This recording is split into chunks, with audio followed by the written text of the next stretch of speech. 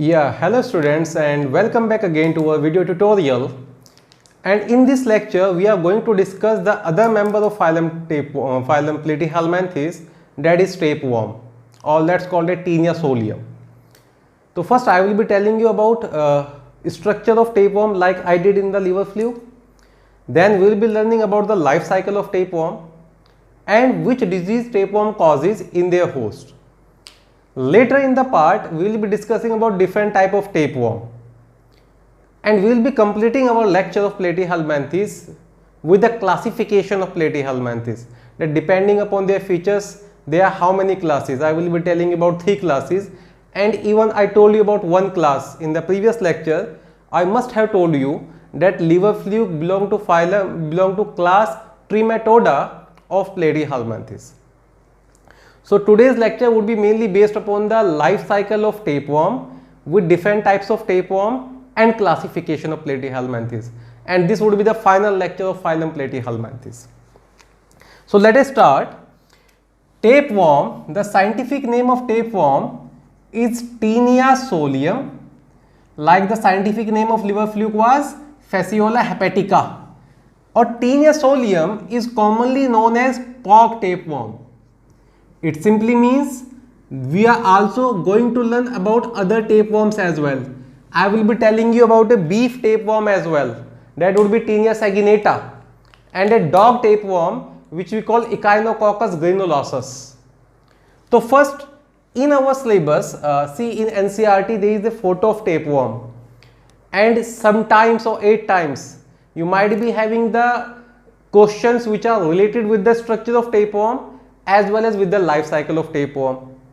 Secondly, in class 12th, in your chapter health and disease, you have to discuss about a disease which we call teniasis, and exactly this Taenia solium causes teniasis. So with the reference of teniasis, you might be asked certain questions. So as we are discussing Platyhelminthes here, it is better to learn about tapeworm at that place only. So this tapeworm, the Taenia solium, the shape of tape, first it is digenetic endoparasite. Digenetic वो होते हैं जो 2 अलग अलग host के अंदर survive करते हैं. एंडोपैरासाइट का मतलब भी हो गया कि पैरासिटिक नेचर है, होस्ट के अंदर रह रहा है. So it is digenetic endoparasite, host के अंदर रहता है, डेट्स वाई एंडोपैरासाइट. और 2 अलग अलग होस्ट है. जो प्राइमरी होस्ट होता है that is human, unfortunately there is no good news about it. और जो सेकेंडरी होस्ट होता है दैट इज ए स्वाइन, और लेट्स कॉल दैट पिग, और other name of see pork is the name for pig meat, that's why it is known as pork tapeworm. So secondary host for the Taenia solium is a pig and primary host is a human being. Okay, there are certain things which you need to remember about it, and let me start with the features of tapeworm. इसका जो body होता है, in features I will be adding the structure as well. इसका body ribbon shaped होता है. इसकी जो length होती है इट वेरीज, और generally it is about 1 to 4 meter in length. एक रिलेटेड पैथोजन और पढ़ेंगे which is beef tapeworm, Taenia saginata, और टेनिया सैगिनेटा का लेंथ इससे ऑलमोस्ट 3 टाइम्स होता है, that is about 12 metre. Highly coiled होता है इसलिए इतना तो नहीं नजर आ पाता. I will be telling you intestine के अंदर मिलेगा, और हाईली कॉइल्ड है but it can extend up to 4 metre. Next, इसका जो बॉडी होता है वो सूडो सेगमेंटेड होता है. इट शोज सूडो सेगमेंटेशन, और ये pseudo segmentation characteristic basis of classification में भी पढ़ लिए थे. तो सूडो सेगमेंटेशन का मतलब होता है उसके पास कैसे सेगमेंट्स होंगे, एक्सटर्नल या internal. It only and only have external segment, पहला कंडीशन. दूसरा कंडीशन, ये सेगमेंट एम्ब्रियोनिक कंडीशन में नहीं होते हैं और बाद में डेवलप करना शुरू करते हैं. तो जो segment after the birth develop करना शुरू करते हैं उनको सूडो सेगमेंटेड कहते हैं. तो सूडो सेगमेंटेड है only external, and they are non embryonic in nature, non embryonic in nature. Is that clear? Next, segments के लिए भी वर्ड यूज किया था हमने कि इनके जो सूडो सेगमेंट होते हैं उनको बोलते हैं proglottid. So proglottids is the term for their pseudo segments. तो external segmentation is present that is non embryonic and the pseudo segment और external segment each segment is known as proglottid. तो ribbon shape structure होता है, 1 to 4 meter in length होता है, pseudo segmented होगा, इसके body के अंदर कोई भी ओपनिंग नहीं होती है। So called mouth is absent, I will say alimentary canal is absent, it does not have any alimentary canal, lakhs alimentary canal. तो एक फर्क ये भी होगा लिवर फ्लूक में और इसमें। लिवर फ्लूक के अंदर तो आपको पढ़ाया था कि भाई उसके पास एंटीरियर साइड पर माउथ होता है जहां पे वो ओरल सकर है और फूड को इंजेस्ट कर सकता है। इसके अंदर जो फीडिंग होगी सिर्फ और सिर्फ एब्जॉर्प्टिव होगी, ये अपने बॉडी सरफेस से होस्ट का जो डाइजेस्टेड फूड है उसको एब्जॉर्ब कर लेता है। तो इसके अंदर डाइजेस्टिव मशीनरी भी नहीं होती है, right. The feeding is absorptive only, so it lacks a alimentary canal. Then जब इसका और फीचर पढ़ेंगे, हर्माफ्रोडाइट होता है, वो तो सर लिवर फ्लूक भी था, दैट इज गुड, पर इसके अंदर हम पढ़ेंगे इट शोज सेल्फ फर्टिलाइजेशन। और सेल्फ फर्टिलाइजेशन कैसे करता है आई विल बी टेलिंग यू।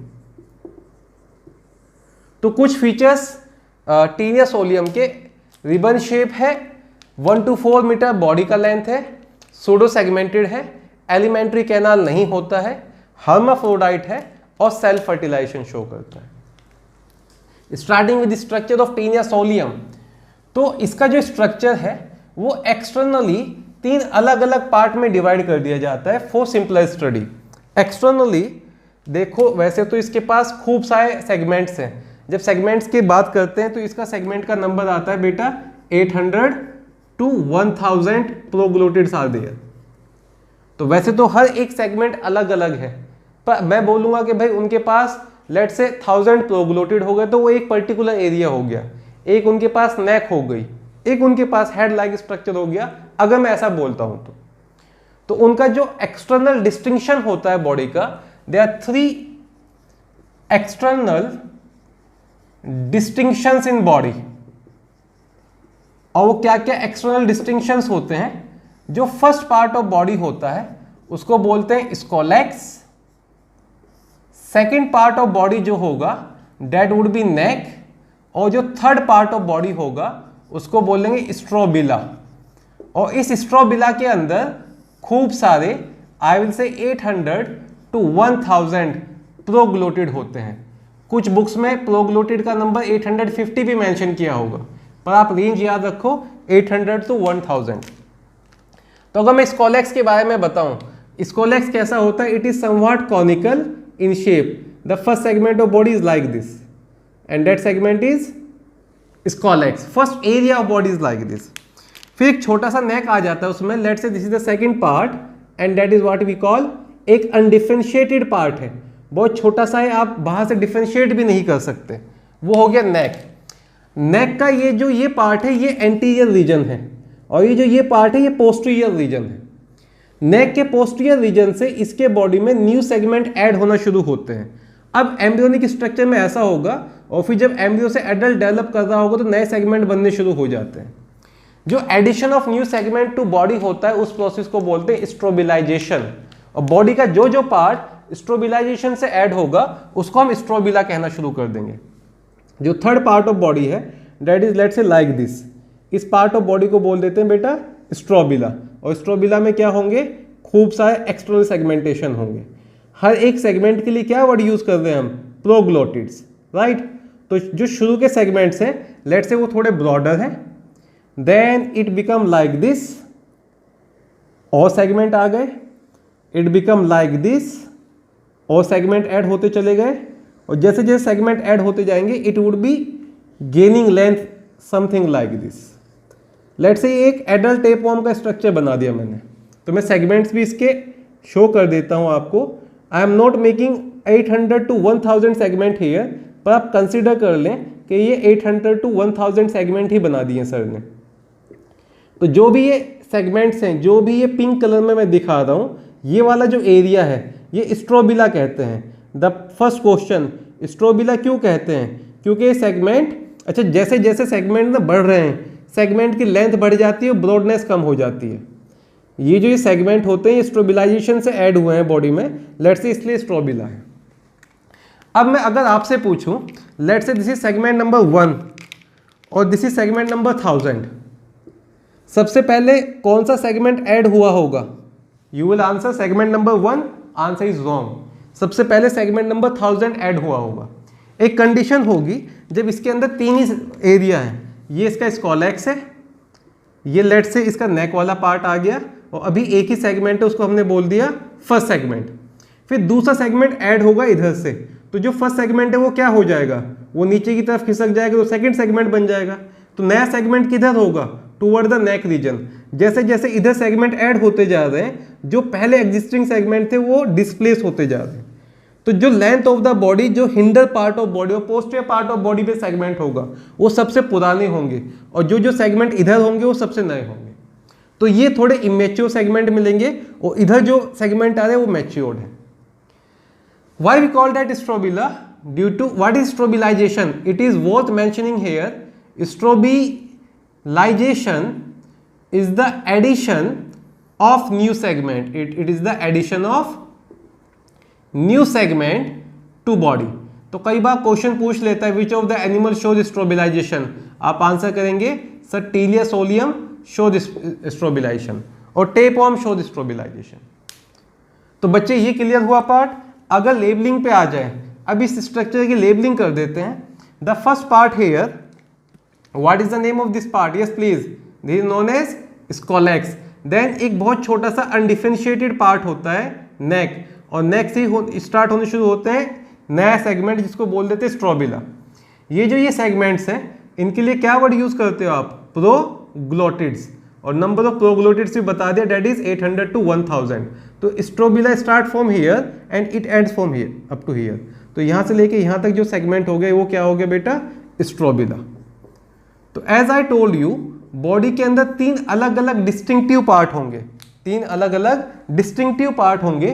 पहला पार्ट हो गया स्कॉलेक्स, सेकेंड पार्ट हो गया नेक जो अनडिफरेंशिएटेड है, बाहर से देखने में नहीं पता चलता, इतना छोटा नेक है, और नेक से ही नए सेगमेंट ऐड होते हैं जिसको बोलते हैं strobila. Addition of new segment to body is strobilization. Is that clear? Right.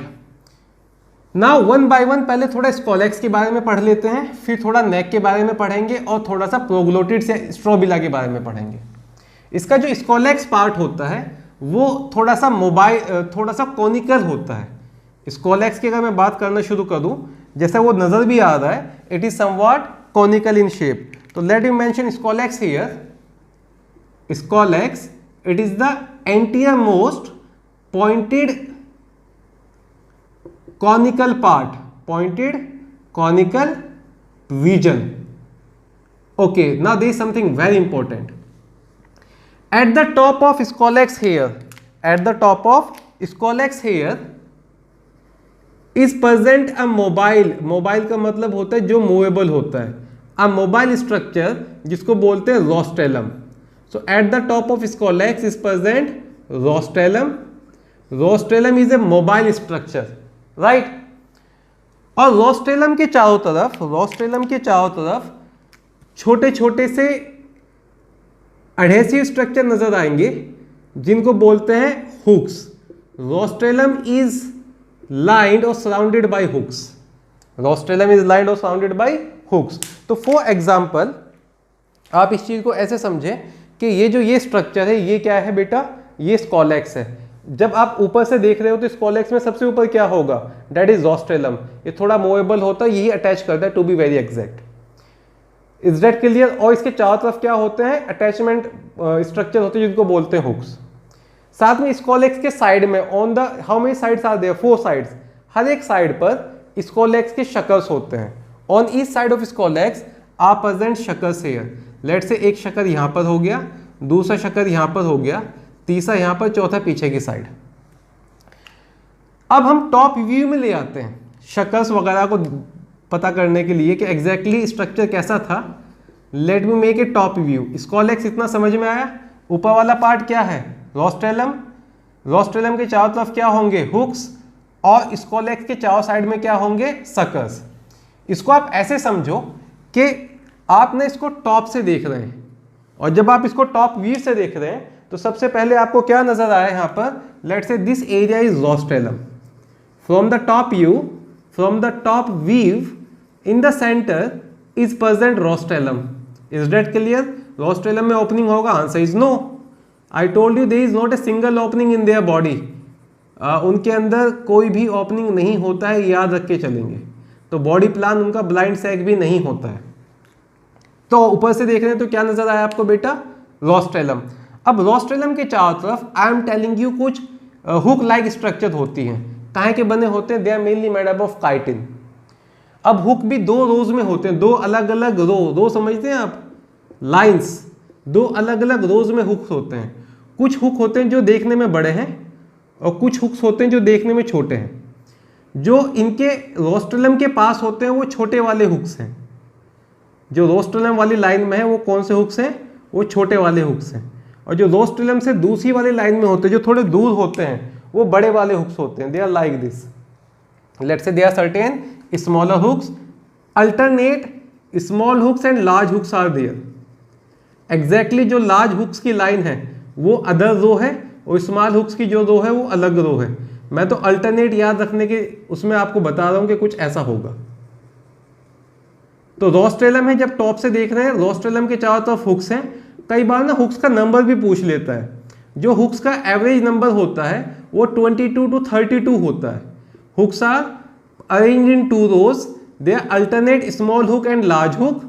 जो प्रॉक्सिमल रो होता है या जो row close to the rostellum होता है वहाँ पे लार्ज हुक्स होते हैं, और जो रोस्टेलम से थोड़ा सा दूर होगा वहाँ पे जो रोस्टेलम के करीब होगा वो स्मॉल हुक्स, जो रोस्टेलम से दूर होगा वो large hooks. Is that clear? तो what is the number of hooks here? It is about 22 to 32 hooks and they have been arranged in how many rows? In 2 rows. इतना समझ आया बेटा? तो जब आप उसको टॉप व्यू में देख रहे हैं, टॉप व्यू में सबसे सेंटर में आपको क्या नजर आ गया? रोस्टेलम, और उसके रोस्टेलम दो अलग अलग रोज से साउंडेड है। These rows are made up of hooks. तो आसान से समझ में आ जाएगा ये कैसे अटैच कर रहा होगा। अब इसी स्ट्रक्चर में मैं शक्ल्स भी दिखा देता हूं। On the sides here, how many sides are there? Let's say this is one side here, this is other side here, that's the next side, and let's say this is ultimately the last side. चार sides पे क्या नजर आएंगे? शक्ल्स। तो मैं इस structure को थोड़ा सा ऐसे करके बना देता हूं। तो जब इस मोबाइल कॉनिकल स्ट्रक्चर को आप टॉप से देखेंगे तो आपको बीच में रोस्टेलम नजर आएगा। Let me label it here. In the centre is rostellum, then there are two rows of hooks, large hook and small hooks. Total number is 22 to 32 and in the corner are present suckers. तो वापिस आओ, ये था mobile cone scolex, ये था scolex conical structure. ये जो mobile structure ये क्या हुआ? रोस्टेलम। रोस्टेलम के चारों तरफ क्या है? हुक्स, और रोस्टेलम की साइड में क्या है? शक्ल्स। तो इंटेस्टाइन से या होस्ट की बॉडी से कुछ जाके ऐसे अटैच हो जाता है। ये जो पूरा स्ट्रक्चर ये काहे में हेल्प करता है? आई मीन टू से ये जो पूरा स्ट्रक्चर ये काहे में हेल्प करता है? That is helping in attachment. इतना समझ आया बेटा? तो what I told you, Scholtz एक कॉनिकल स्ट्रक्चर हो, स्कॉलेक्स एक कॉनिकल स्ट्रक्चर होता है। स्कॉलेक्स के सेंटर में रोस्टेलम होता है, रोस्टेलम की चारों तरफ हुक्स की रोज होती है, और स्कॉलेक्स के साइड में चारों साइड में शक्ल्स होते हैं। Hooks and suckers are the organ of attachment, they do not help in injection. उनके अंदर जो भी फीडिंग वगैरह होता है वो एब्जॉर्प्टिव मोड ऑफ फीडिंग होता है। Is that clear? Next to scolex, अब हम नीचे की तरफ आना शुरू करेंगे तो एक अनडिफरेंशिएटेड सा पार्ट आ गया जिसको बोलेंगे नेक। और नेक का जो एंटीरियर पार्ट होता है वो तो स्कॉलेक्स से अटैच है, और जो पोस्टीरियर पार्ट है वो डिवाइड करता रहता है बाय स्ट्रोबिलाइजेशन और नए सेगमेंट ऐड करता है। This is what we call strobila, और these segments are known as proglottids, जो मैं बता चुका हूं आपको। आई टोल्ड यू जो यहाँ पे सेगमेंट्स होंगे ये कैसे होंगे? These are the younger one, और जो यहाँ पे सेगमेंट्स होंगे ये कैसे होंगे? These are the older one. Proglottids के भी तीन अलग अलग टाइप के क्लासिफिकेशन होते हैं। आई गैस इतनी चीज समझ में आपको आ गई होगी। अगर नहीं आता है तो you can pause your video और you can rewind your video. ठीक है बेटा। प्रोग्लोटिड्स पे अगर आए बेटा, ब्लैक, द प्रोग्लोटिड्स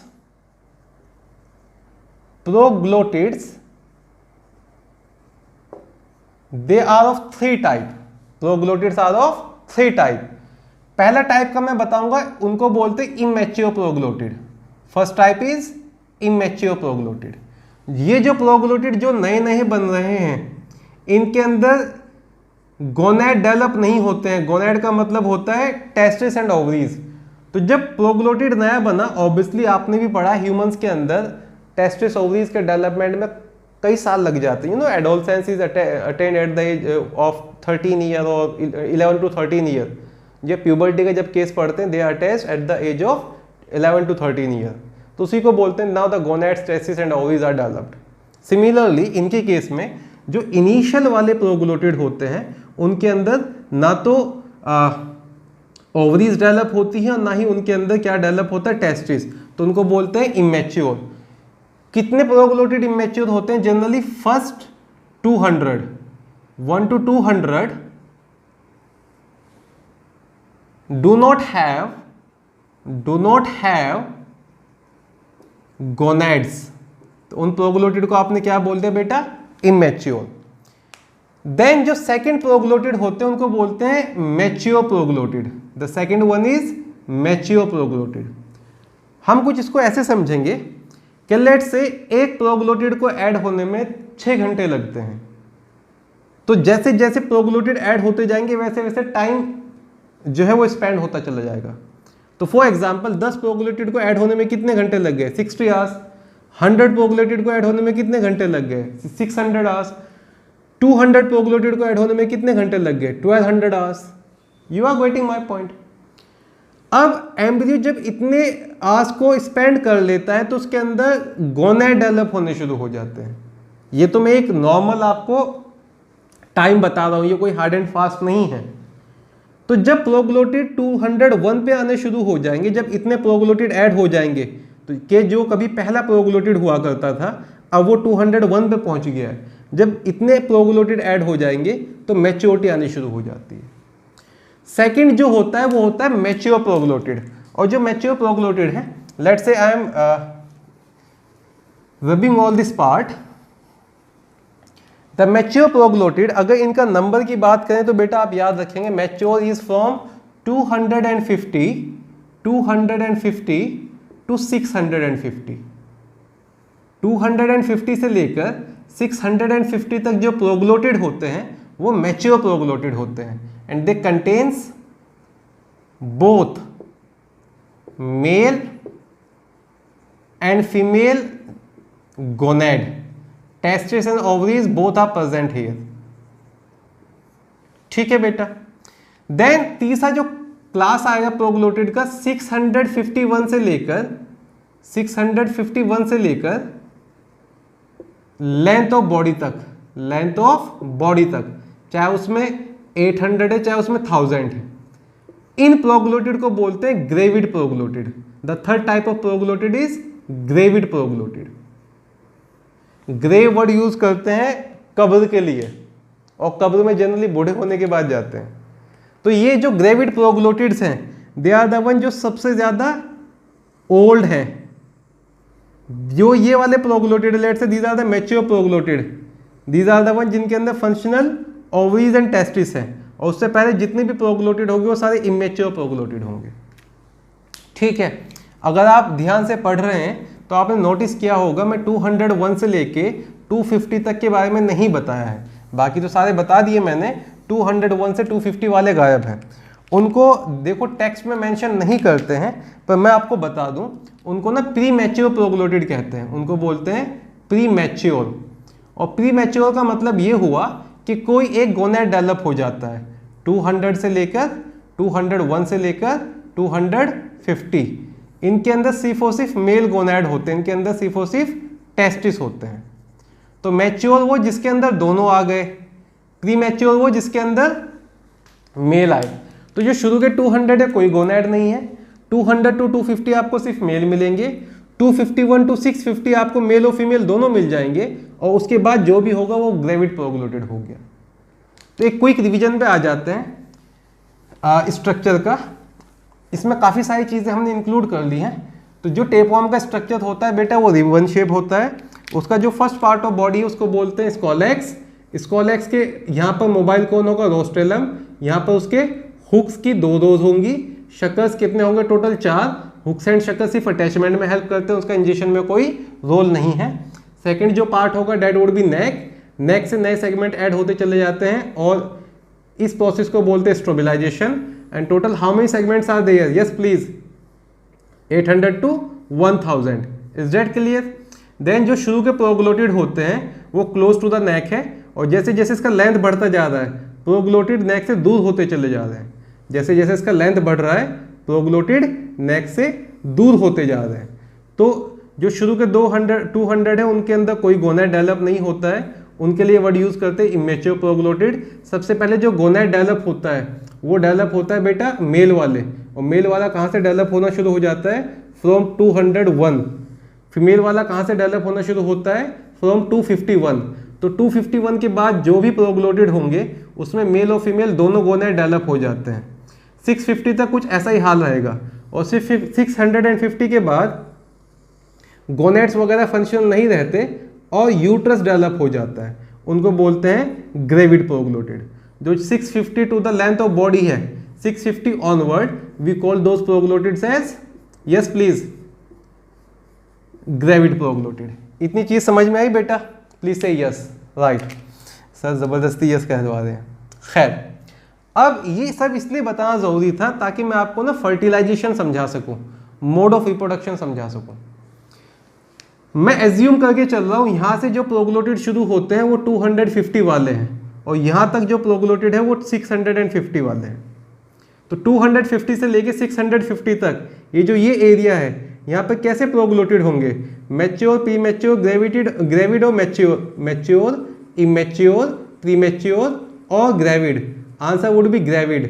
मैं आपको ये बता दूं कि आप ना प्लीज 3 ही याद रखना, मैच्योर, इमैच्योर और ग्रेविड। जो ये प्री मैच्योर वाला है ये ज़्यादा बुक्स में मेंशन नहीं है, तो इसको तो सिर्फ कंसेप्ट पॉइंट ऑफ व्यू के लिए मैंने आपको बता दिया है। तो ये जो ये रेड वाला पार्ट मैंने बनाया है that is all consisting of what, that is all consisting of mature proglottid. तो मैच्योर प्रोग्लोटिड को देखो ऐसे बना लेते हैं, लेट्स से ये एक मैच्योर प्रोग्लोटिड यहाँ पर हो गया और ये दूसरा मैच्योर प्रोग्लोटिड यहाँ पर हो गया। इसके अंदर भी टेस्टिस है, मैनी टेस्टिस होते हैं, पेयर ऑफ ओवरीज होते हैं, मैनी टेस्टिस होते हैं, पेयर ऑफ ओवरीज होते हैं। Is that clear?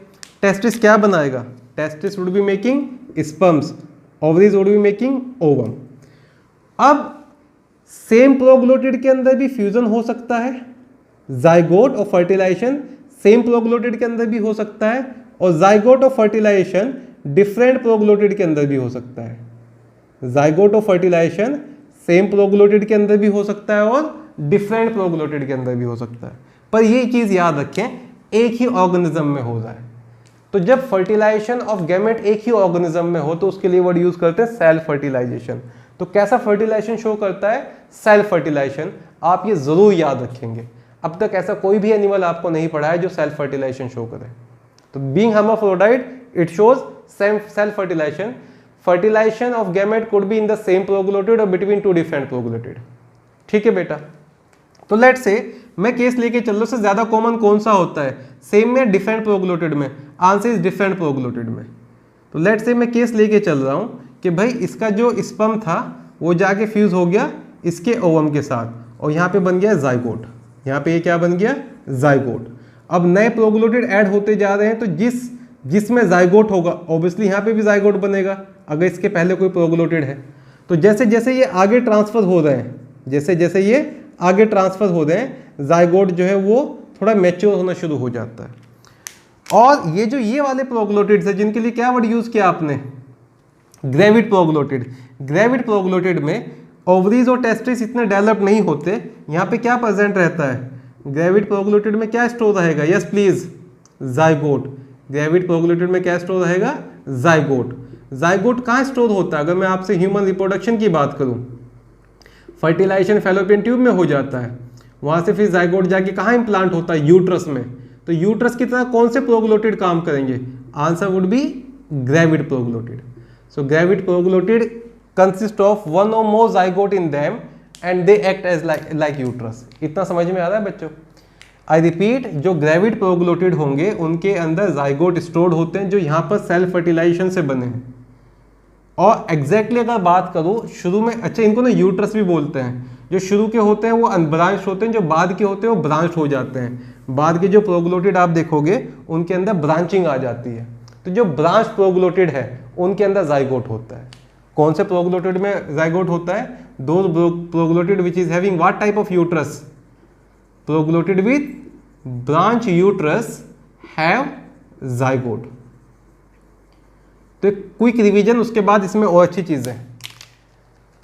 यहां पर नेक, फिर ये शुरू के जो प्रोग्लोटिड है वो इमेच्योर है। पहले मेल वाले डेवलप करके भूल जाओ। यहां से शुरू हुआ मेल और फीमेल दोनों, मेल और फीमेल दोनों हुआ तो इसमें फर्टिलाइजेशन भी हो जाता है। जनरली सेल्फ फर्टिलाइजेशन होगा और दो अलग अलग प्रोग्लोटिड के बीच में होगा। फिर ये जो प्रोग्लोटिड जाइगोट को स्टोर कर रखा है उनको बोलते हैं ग्रेविड प्रोग्लोटिड, और दूसरा नाम होता है यूट्रस।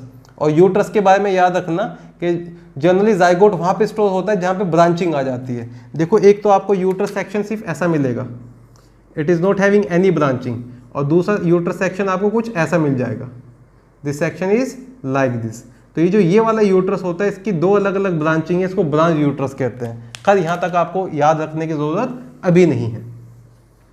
तो आपने ये सीख लिया या आपने ये पढ़ लिया कि जो एडल्ट टेपवर्म होता है उसकी जो ग्रेविड प्रोग्लोटिड है उसके अंदर एक जाइगोट डेवलप कर रहा है। अच्छा, तो सर ये तो ऐड होता चला जाएगा, यहाँ से ये तो ऐड होता चला ही जाएगा, और जैसे जैसे ये ऐड हो रहे हैं यहाँ पे सेगमेंट, इसकी तो लेंथ बढ़ती जा रही है। जैसे जैसे सेगमेंट ऐड हो रहे हैं इसकी तो लेंथ ही बढ़ती जा रही है। तो ये तो 1000 पे क्यों रुक जाता है? ये 10,000 20,000 क्यों नहीं बनाता? जब ये एडल्ट हो जाता है, जैसे जैसे उधर सेगमेंट ऐड हो रहे हैं वैसे वैसे इधर से सेगमेंट डिटैच होते रहते हैं। जैसे जैसे उधर सेगमेंट ऐड हो रहे हैं वैसे वैसे इधर से सेगमेंट डिटैच होते रहते हैं। तो ओवरऑल लेंथ कितनी हो जाती है? सेम। फॉर एग्जाम्पल 3 नए सेगमेंट ऐड हुए तो 3 नए सेगमेंट डिटैच हो गए। जो पहले 650 वाली रेंज में थे अब वो कहाँ शिफ्ट हो गए? 650 प्लस वाली रेंज में। तो उनके अंदर जाइगोट और यूट्रस वाला पार्ट होना शुरू हो गया। I hope this you are getting this point. आपसे पूछेगा कि जो detachment of gravid proglottid होता है फ्रॉम द बॉडी, इस प्रोसेस को क्या कहते हैं? इसको बोलते हैं बेटा apolysis. Apolysis is the detachment of और shedding of detachment of gravid proglotid from the body। इतनी चीज समझ में आ रही है? चलो क्विक रिवीजन, स्ट्रक्चर यहाँ पे खत्म हो गया है। क्विक रिवीजन ये है कि भाई आपका जो टीनिया सोलियम होता है वो रिबन शेप है, उसके बॉडी में 3 अलग अलग पार्ट होते हैं। पहले पार्ट को स्कोलेक्स कहेंगे, दूसरे पार्ट को नेक कहेंगे, तीसरे पार्ट को स्ट्रोबिला कहेंगे। स्ट्रोबिला इसलिए कहते हैं क्योंकि वो स्ट्रोबिलाइजेशन से बना है। स्ट्रोबिला में एक्सटर्नल सेगमेंटेशन मिलेंगे, हर एक सेगमेंट को प्रोग्लोटिड कहते हैं। जो 200 शुरू के 200 प्रोग्लोटिड होते हैं वो इमेच्योर है, फिर 250 to 650 मैच्योर है, और 650 ऑनवर्ड वो जो प्रोग्लोटिड है वो क्या बन जाता है? नए प्रोग्लोटिड ऐड होने की वजह से वो ग्रेविड बन गया है। अब ये जो जाइगोट है, सबसे पहले इस जाइगोट के ऊपर एक प्रोटेक्टिव कवरिंग आ जाती है। Again I repeat, this fertilised egg is a encapsulated egg. This fertilised egg is capsulated. एक प्रोटेक्टिव कवरिंग आ गई न्यूट्रिएंट्स की, yolk like structure is there. तो मैंने इसको कैप्सुलेटेड जाइगोट बोलूंगा। I will be calling that capsulated zygote. अभी कहां पर है बेटा? ये ग्रेविड प्रोग्लोटिड में। अब जो जाइगोट है वो डेवलप करना शुरू करता है। पहले क्लीवेज डिवीजन होगा, वो 2 सेल स्ट्रक्चर बनाएगा, फिर डिवीजन होगा 4 सेल स्ट्रक्चर बनाएगा, फिर डिवीजन होगा वो 8 सेल स्ट्रक्चर बनाएगा। जो 8 to 16 सेल स्ट्रक्चर होती है उसको बोलते हैं मोरुला। प्रोग्लोटिड के अंदर ही ये जो जाइगोट है कहाँ में डेवलप कर गया? मोरुला के अंदर। इतना समझ में आ रहा है? लेट्स से मोडुला का ये एंटीरियर पार्ट है और ये पोस्टीरियर पार्ट है। मोडुला का ये डेवलपिंग जाइगोट का ये एंटीरियर पार्ट और ये पोस्टीरियर पार्ट। पोस्टीरियर पार्ट पर 3 pair of chitinous hook develop होते हैं। पोस्टीरियर पार्ट पर 3 pairs of chitinous hook develop होते हैं। डेवलपिंग एम्ब्रियो का वो स्ट्रक्चर जिसमें 3 pair of chitinous hook posterior part पर होते हैं, इसको बोलते हैं स्ट्रक्चर को हेक्साकैंथ। इस स्ट्रक्चर को क्या बोलेंगे बेटा? हेक्साकैंथ। ये सारे इवेंट कहाँ हो रहे हैं? In the proglottid, gravid proglottid में। तो हेक्साकैंथ को कैसे डिफाइन करोगे? A developing zygote with 6 chitinous structure. Is that clear? और इस हेक्साकैंथ के ऊपर प्रोटेक्टिव कवरिंग भी आनी शुरू हो जाती है। भाई ये जो बच्चा है इसको ना बाहर जाना है बॉडी से डेवलपमेंट के लिए, और इसकी जो मदर है या फादर जो भी आप इसको कहो, दे आर वेरी केयरिंग। तो क्या बना रहे हैं वो? उसके ऊपर एक ना बड़ा अच्छा सा शॉल या ब्लैंकेट कवर कर रहे हैं। आपने पढ़ा भी होगा इंसिस्टमेंट क्या होता है, ये सिस्ट बना रहे हैं अपने ऊपर। तो कुछ प्रोटेक्टिव कवरिंग आ जाती है। To be very exact 2 protective covering होती है। They are 2 protective covering which is present here. There are 2 protective covering which is present here. ये स्ट्रक्चर है डेवलपिंग एम्ब्रियो का, जिसमें 2 प्रोटेक्टिव कवरिंग होती है और 6 काइटिन के हुक्स होते हैं ऑन द पोस्टीरियर साइड। इस स्ट्रक्चर को बोलते हैं बेटा ओंकोस्फेयर लार्वा। इस स्ट्रक्चर को बोलते हैं ओंकोस्फेयर लार्वा। तो this structure is known as oncosphere larva. तो जो पहला लार्वा आप पढ़ोगे उसका नाम होता है ओंकोस्फेयर लार्वा। और ओंकोस्फेयर लार्वा कहाँ डेवलप होता है? In the gravid proglottid. Oncosphere larva कहाँ डेवलप होता है? In the gravid proglottid. यहाँ पे ये बताने की ज़रूरत नहीं है कि जो ये कैप्सुलेटेड जाइगोट है ये यूट्रस के अंदर है, और यूट्रस में ना कुछ ग्लैंड होती है जो लिवर फ्लूक में ही पढ़ी थी आपने। क्या नाम था उन ग्लैंड का? Malice gland. और मेलिस ग्लैंड काहे में हेल्प करती हैं? इन द लुब्रिकेशन, ताकि वो पास होता रहे। Is that clear? ओके। अब मैं डायरेक्टली यहाँ से शुरू करूँगा। एडल्ट टेपवर्म इंटेस्टाइन में है और उसके जो लास्ट के ग्रेविड प्रोग्लोटिड है उसमें ओंकोस्फेयर लार्वा है। लास्ट के ग्रेविड प्रोग्लोटिड में ओंकोस्फेयर लार्वा है। पहला लार्वा जो डेवलप किया वो कौन सा है? ओंकोस्फेयर। हेक्साकैंथ को भी याद नहीं रखेंगे, मैं हेक्साकैंथ का डेफिनेशन तुम्हें बता दिया है। ठीक है बेटा। Now I am going back to life cycle. So adult tapeworm in intestine of human by apolysis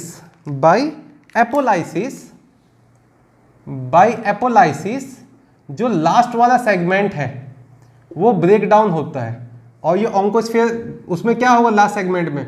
ओंकोस्फेयर larva. Oncosphere larva is shedded. अब ह्यूमन के इंटेस्टाइन में वो अटैच था, लास्ट के सेगमेंट ब्रेक डाउन हो गए और ओंकोस्फेयर लार्वा फ्री हो गया। अब ये ओंकोस्फेयर लार्वा बॉडी से बाहर आ जाता है, out of body via faecal route, via faeces. Is that clear? ये ओंकोस्फेयर लार्वा सेवरल मंथ तक सर्वाइव कर सकता है। अब इस ह्यूमन फीसिस पर सेकेंडरी होस्ट आके फीड करता है। Who is secondary host? Pig. secondary host feed on oncosphere। तो पहला सवाल लाइफ साइकिल से, पिग या सेकेंडरी होस्ट को इन्फेक्ट करने वाली स्टेज को क्या कहते हैं? In Taenia solium, which stage of Taenia solium infect secondary host? Answer would be oncosphere larva। Answer would be oncosphere larva. इतनी चीज समझ में आ गई बेटा। अब लेट से ये उस पिग का डाइजेस्टिव ट्रैक्ट है, ये उस पिग का डाइजेस्टिव ट्रैक्ट है। we'll be learning what is happening inside pig here. Oncosphere larva enters inside the body of pig, और उसके डाइजेस्टिव ट्रैक्ट में जाके जो प्रोटेक्टिव कवरिंग थी वो डाइजेस्ट हो जाती है। Protective covering, protective lining of oncosphere is digested. आप में से कोई बता सकता है अगर ओंकोस्फेयर की प्रोटेक्टिव लाइनिंग हटा दे तो क्या बचेगा? क्यों सर बता सकते हैं एकदम से? एक बार ओंकोस्फेयर बना के दिखा दो हमें। ये है मोडुला, ये लार्वा था, ये 3 पेयर काइटिन हुक के, इसको क्या बोला आपने? हेक्साकैंथ।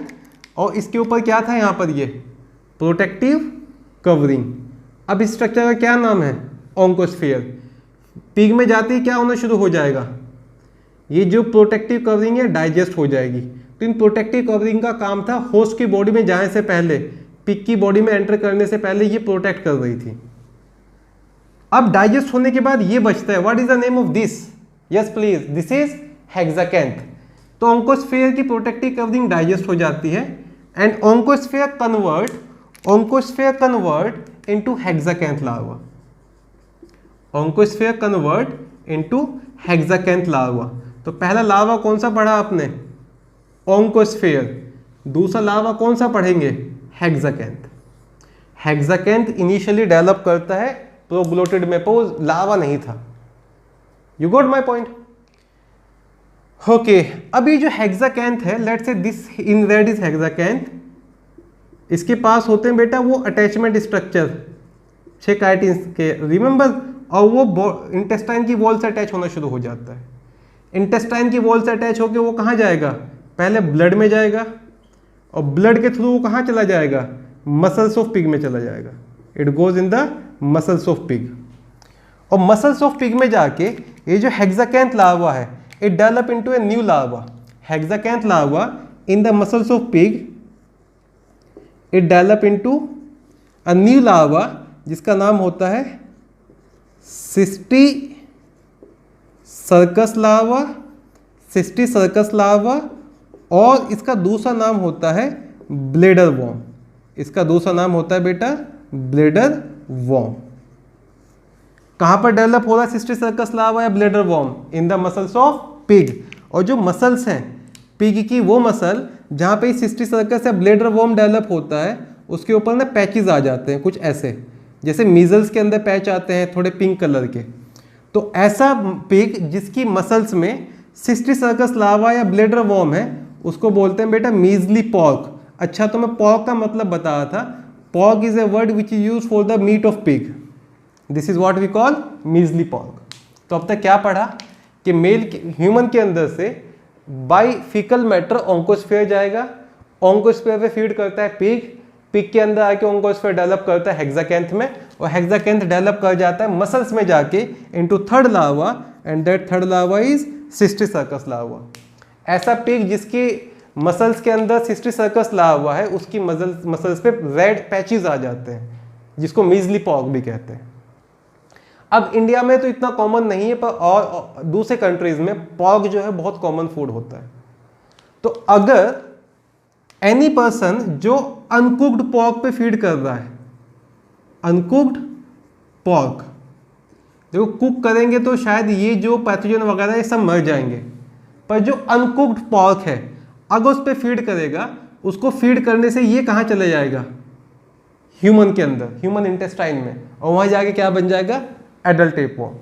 तो अगर आपसे क्वेश्चन पूछा जाता है कि भाई ह्यूमन को इन्फेक्ट करने वाली स्टेज कौन सी होती है, which is the infection stage to human, you will answer bladder worm और सिस्टी सर्कस लार्वा, और सिस्टी सर्काई लार्वा भी कहते हैं इसको।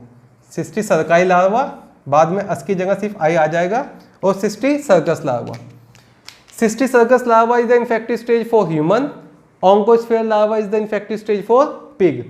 पिग की मसल्स में ये जो सिस्टी सर्कस लार्वा है 5-6 साल तक सर्वाइव कर सकता है। जनरली अनकुक्ड पॉर्क से वो ट्रांसमिट होता है, कुक करने के बाद ट्रांसमिशन के इतने केसेस नहीं है। तो अगर ये किसी ह्यूमन ने ऐसा पॉर्क खा लिया जो अनकुक्ड था और वो मीजली था, उसके अंदर सिस्टी सर्कस लार्वा था, तो जो बीमारी होती है, जो डिजीज होती है, उस डिजीज का नाम होता है बेटा taeniasis. Taeniasis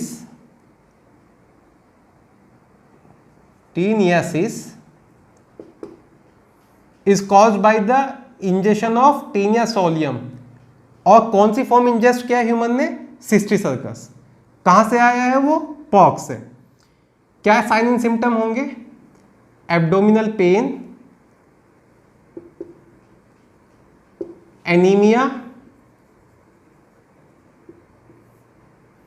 these are two classical sign and symptom which has been felt.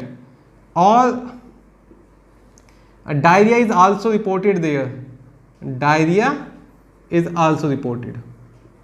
तो एनीमिया हो जाएगा, ब्लड सेल का नंबर कम होना शुरू हो जाएगा, एब्डोमिनल पेन होता है, डायरिया होता है. These are the common symptom of taeniasis. Is that clear बेटा? ये तो हो गया टीनियासिस के बारे में. तो अभी तक क्या पढ़ा? टीनियासिस कौन कॉज करता है? Taenia solium. कौन सा स्टेज इन्फेक्टिव होता है ह्यूमन के लिए? Cysticercus. कौन सा स्टेज इन्फेक्टिव होता है ऑन्कोस्फेयर के लिए?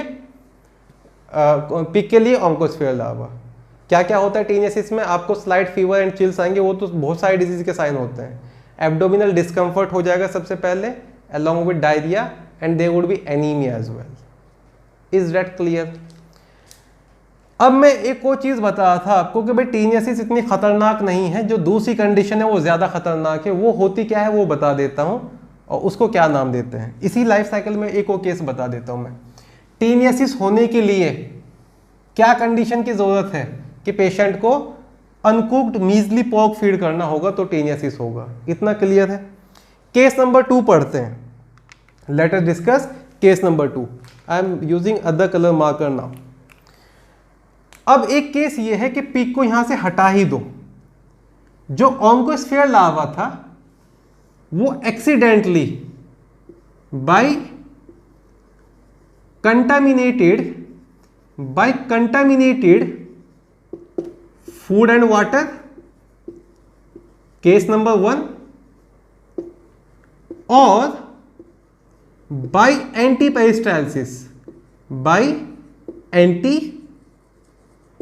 पेरिस्टालसिस. देखो पेरिस्टालसिस का मतलब होता है गट के अंदर. पेरिस्टालसिस स्मूथ मसल के मूवमेंट है, ऑटोनॉमिक मूवमेंट है, जो फूड को मूव कराते रहते हैं. तो इंटेस्टाइन से फूड बाहर आना चाहिए. अगर इंटेस्टाइन का जो भी मटेरियल इंटेस्टाइन में है वो वापस स्टमक में चला जाए, उसको बोलेंगे एंटी पेरिस्टालसिस. तो क्या तो कंटामिनेटेड फूड एंड वाटर से या फिर एंटी पेरिस्टालसिस से. ये जो ऑन्कोस्फेयर है it enters inside stomach, it goes to the stomach of human. तो मैं ये कहूंगा अब एक्सीडेंटल सेकेंडरी होस्ट भी ह्यूमन ही बन गया है.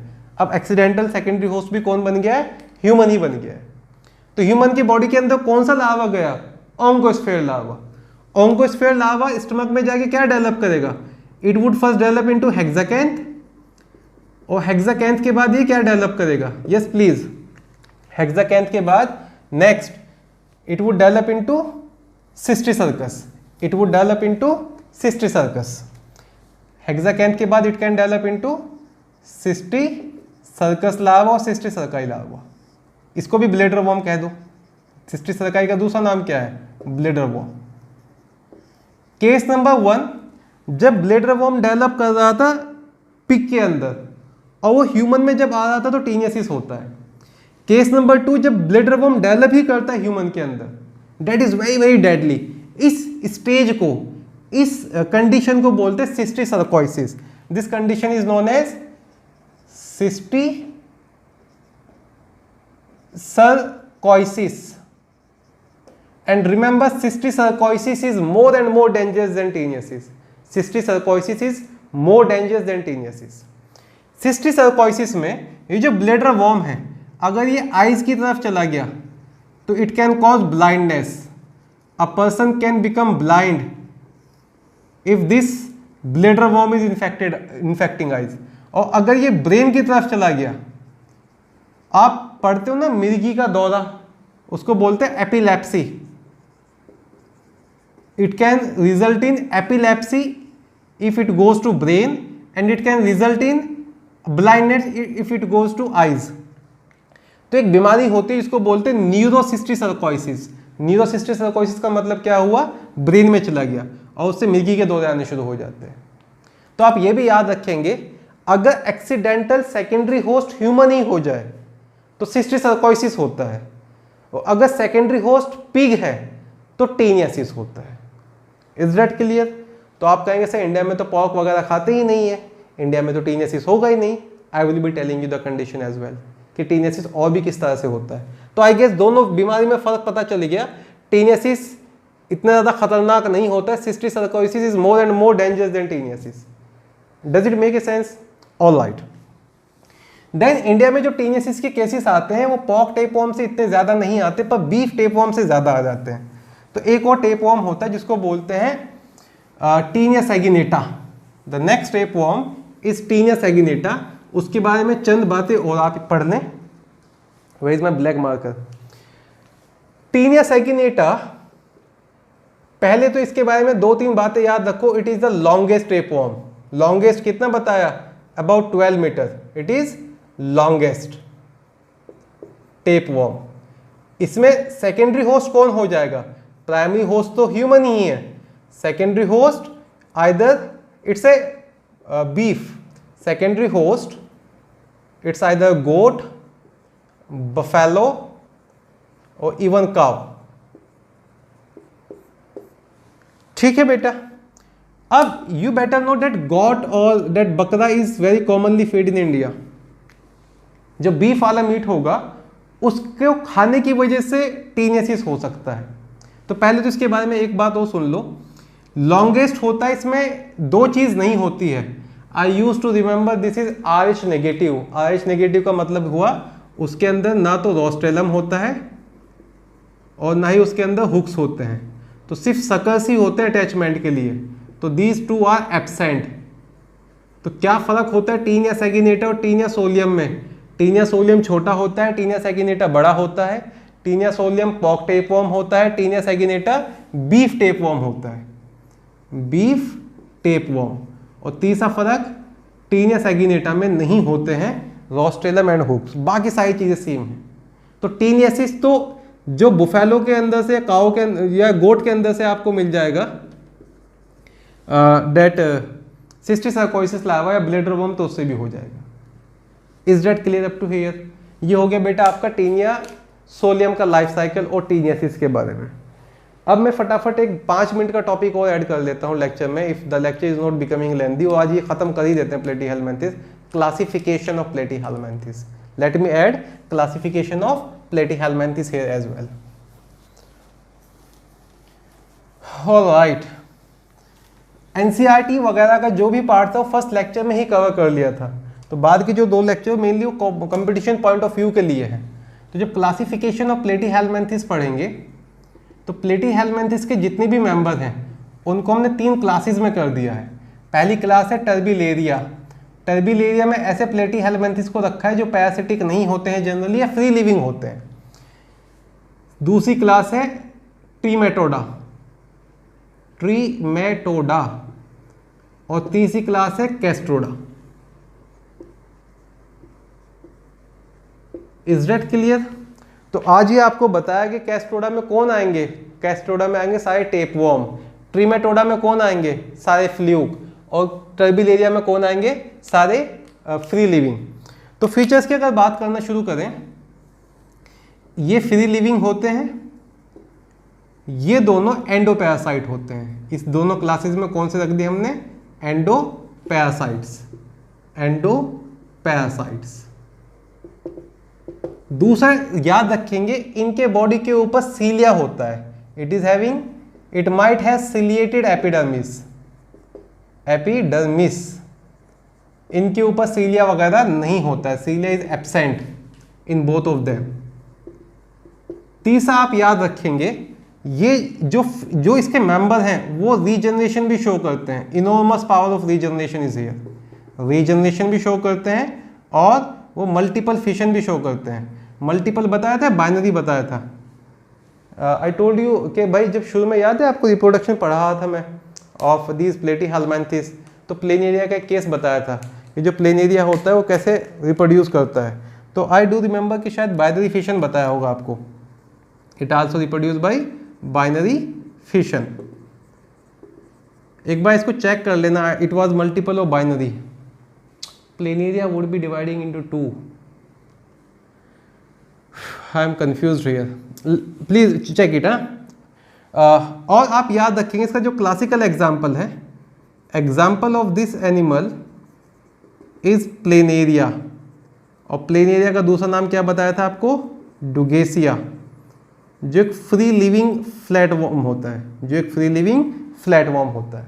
दूसरा एग्जाम्पल आप याद रख लेंगे, Convoluta. The second example of this class is Convoluta. तो चाहे आपके पास प्लेनेरिया हो, कॉन्वुलेटा हो, या एक और मेंबर याद रखना, नोटोप्लाना। ये जो मेंबर होते हैं ये कहाँ पर क्लासिफाइड हैं, टर्बिलिया क्लास में। फ्री लिविंग होते हैं, सिलिएटेड होते हैं और रीजनरेशन शो करते हैं। ट्रिमेटोडा क्लास में आपने जनरली रखा है फ्लूक्स को, इंक्लूड फ्लूक्स, और फ्लूक के अंदर एलिमेंट्री कैनाल होता है और इनकम्प्लीट डाइजेस्टिव सिस्टम होता है। इसके अंदर टेप वॉर्म होते हैं, इनके अंदर एलिमेंट्री कैनाल नहीं होता है। ये दोनों चीज़ें मैं डिस्कस कर चुका हूँ, इसलिए यहाँ पे डिटेल में नहीं जा रहा हूँ मैं। बस एग्जाम्पल्स याद रख लो, दोनों की ही कॉम्प्लिकेटेड लाइफ साइकिल होते हैं, मल्टीपल लार्वाज आते हैं। तो फटाफट बताओ फ्लूक के कौन से एग्जाम्पल पढ़े हैं आपने। One is Fasciola hepatica, what you call that, liver fluke. Second is schistosoma. तो आप ये भी कह सकते हैं इस क्लास के कुछ मेंबर सेक्सुअली डायमॉर्फिज्म शो करते हैं, बाकी सारी हर्माफ्रोडाइट है। Example is blood fluke. कौन सी बीमारी कर रहा था वो, बिलहार्जिया, राइट, ब्लड फ्लूक कॉजेज बिलहार्जिया। एक बताया था फेसियोलॉप्सिस बस्काई, इंटेस्टाइनल फ्लूक जिसके नाम दिया था आपको, ठीक है, वो ह्यूमन इंटेस्टाइन करता है, इंटेस्टाइनल फ्लूक। फिर एक उस दिन मिस हो गया था, वो आज लिख लो, द नेम इज पैरागोनिमस, पैरागोनिमस। और पैरागोनिमस का दूसरा नाम होता है लंग फ्लूक। तो Paragonimus is also known as lung fluke, और ह्यूमन के लंग्स में इन्फेक्ट करता है। एक और होता है जो urinary bladder of frog and turtle मिलता है, उसका नाम होता है पोलिस्टोमम। दो नए एग्जाम्पल और ऐड कर लेना।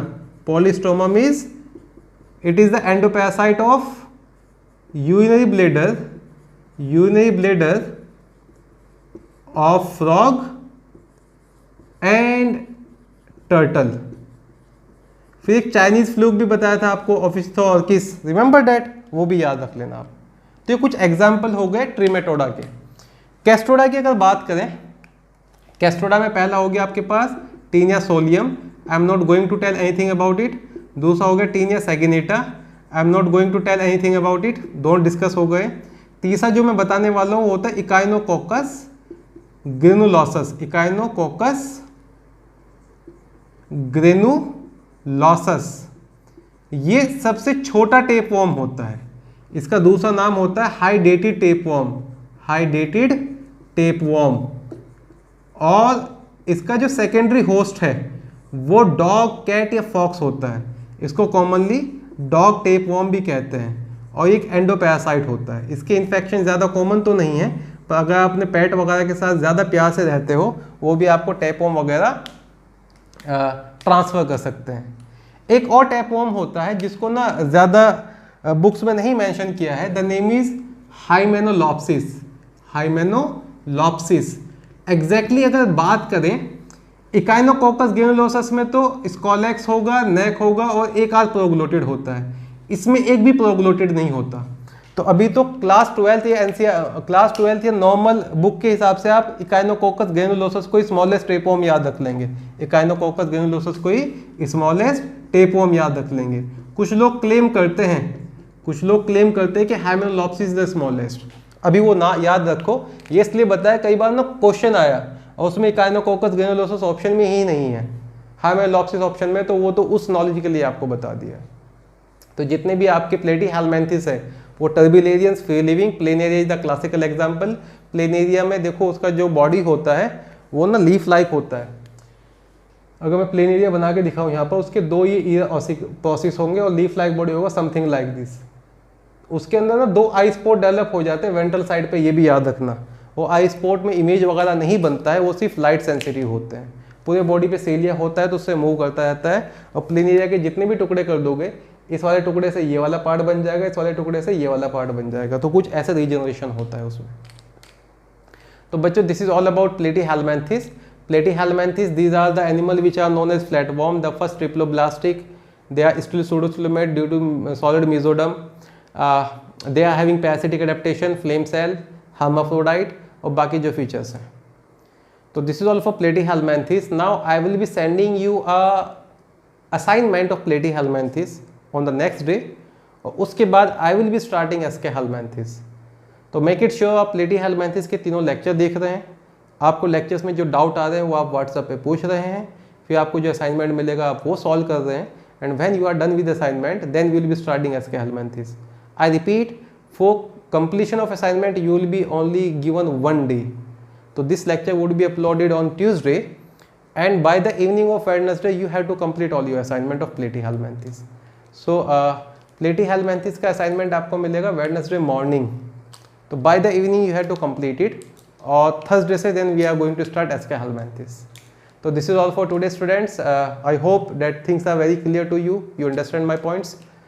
Take care, stay safe at your homes, and keep studying. Please, NEET exam needs a lot of effort. Wish you a very good day. Wish you a very good luck. Bless you all. Thank you.